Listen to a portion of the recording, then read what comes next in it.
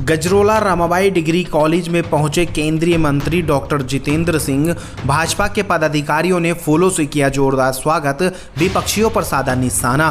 बता दें कि गजरोला औद्योगिक नगरी क्षेत्र के रमाबाई डिग्री कॉलेज में जैसे ही केंद्रीय मंत्री डॉक्टर जितेंद्र सिंह पहुंचे तो वहां मौजूद भाजपा के पदाधिकारियों ने उनका फूलमाला पहनाकर जोरदार स्वागत किया।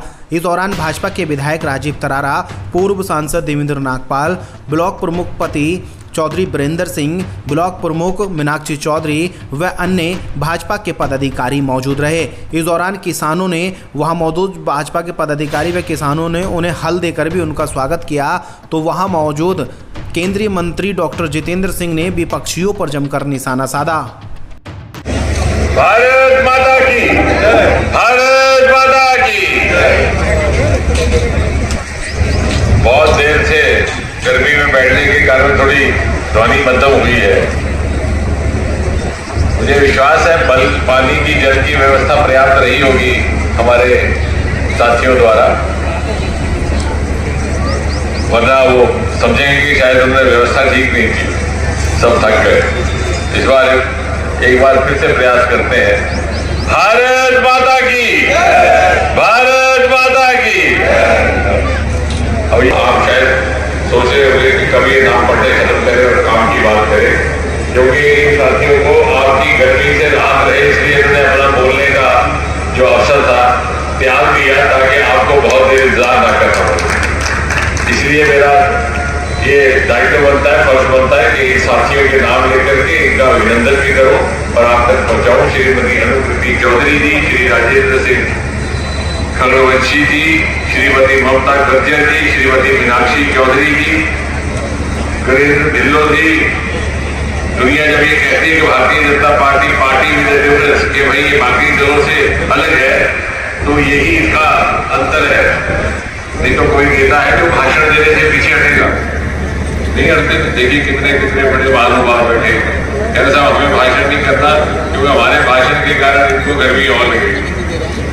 ये अंतर है भारतीय जनता पार्टी में और दूसरी पार्टी में। अगर कांग्रेस पार्टी होती तो इसी बात को लेकर के विवाद खड़ा होता था।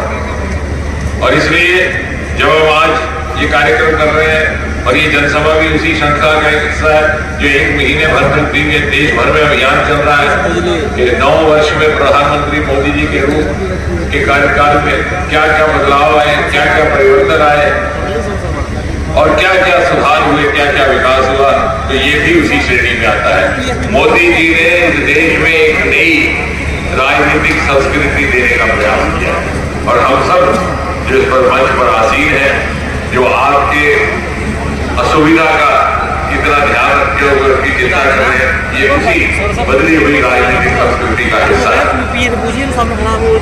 मोदी जी ने कहा जहाँ जिस चीज की आवश्यकता उसे पहुंचाना है, जहाँ जिस चीज की छुटाई रह गई या पूर्ति ना हो वही उसकी पूर्ति करनी है। जहाँ जो क्षेत्र, जो वर्ग, जो लोग पिछली सरकारों से तिरस्कृत रहे, उनकी प्राथमिकता में नहीं आए, उन तक पहुंच करके हम आखिरी कतार में खड़े आखिरी व्यक्ति तक अपनी सेवाएं पहुंचाएंगे। हम ये नहीं सोचेंगे कि धर्म क्या है, मजहब क्या है, जात क्या है, ये भी नहीं सोचेंगे कि हमको वोट दिया था कि नहीं दिया था, लेकिन अगर हमारी आवश्यकता है हम उन तक पहुंचेंगे, फिर उनके विवेक पर छोड़ेंगे उन्होंने कौन सी सरकार को वोट दिया। ये एक बदली हुई संस्कृति, बदली हुई कार्यशैली है जो 9 वर्षों में मोदी जी ने दी। क्या कहेंगे, क्या 2024 की तैयारियां शुरू हो गई? नहीं, जैसा कि आप स्वयं कह रहे हैं और आप सब जानते हैं कि मोदी जी के प्रधानमंत्री के रूप में कार्यकाल के 9 वर्ष मुकम्मल हुए हैं। और वैसे तो पूछा जाए तो सरकार के मुखिया के तौर पर लगभग 22-23 वर्ष, इससे पहले मुख्यमंत्री और उसके उपरांत प्रधानमंत्री। मुझे नहीं लगता कि विश्व में कोई भी ऐसा नेता होगा जो निरंतर लगातार बिना किसी बीच में कोई कालखंड ऐसा ना गुजरा हो जब वो मुखिया ना रहे हो। Longest serving head of government जिसे कहा जाता है। और आज भी विश्व में जितने भी बड़े बड़े देश हैं उनके जितने भी राष्ट्रपति, प्रधानमंत्री एवं मुखिया हैं, उनमें से सबसे अधिक सीनियर भी और कदावर भी मोदी जी। आपने देखा अमेरिका में कितने राष्ट्रपति बदले, यूनाइटेड किंगडम में प्रधानमंत्री बदले, और ये एक स्थायी सरकार भारतवर्ष को देने का काम मोदी जी ने किया है कई सालों के बाद। और इससे भारत का सामर्थ्य दुनिया के सामने आया है। भारत का कद विश्व में ऊंचा हुआ है और मोदी जी के कारण भारतवर्ष को सारी दुनिया एक ऐसा देश के रूप में देखने लगी है जो हर संकट का समाधान करने में भी सक्षम है और जो युवा शक्ति से भरपूर है। पिछले 9 वर्षों में यदि आप भिन्न भिन्न योजनाओं की तरफ ध्यान दिलाएं तो आप देखेंगे कि अधिकतर योजनाएं मोदी जी की युवा केंद्रित थी, महिला केंद्रित थी। चाहे वो उज्ज्वला योजना थी जिसके तहत लगभग 10 करोड़ परिवारों को गैस कनेक्शन मिले, भले ही वो नौजवानों के लिए मुद्रा योजना जिसके अंतर्गत बिना कुछ गिरवी रखे हुए, बिना मॉर्टगेज के नौजवान को बिना किसी सूद के लोन दिया जाता है, बिल्कुल उसी संवेदना के साथ जैसे माता पिता अपने बच्चे को अपनी जीवन भर की पूंजी जमा करके देते हैं कि भाई तुम बच्चा जाओ, तुम अपना कोई काम धंधा शुरू करो। तो कहने का तात्पर्य नहीं, मैं पहले अपनी बात करूँगा, आपकी नहीं सुनूंगा। जो आपने पूछना वो मैंने जवाब नहीं देना,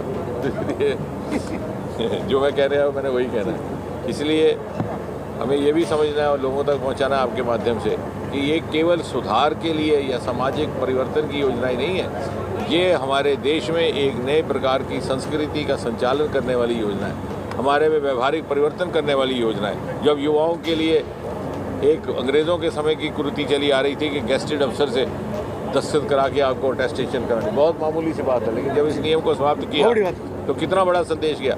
ये संदेश गया कि अब इस देश में एक ऐसी सरकार है मोदी जी के नेतृत्व में जिसमें इतनी क्षमता है, इतना आत्मविश्वास है, अपने देश के नौजवान पर विश्वास कर सके। कितना बड़ा संदेश था। ये सारे राष्ट्र को साथ चलाने वाली सरकार है।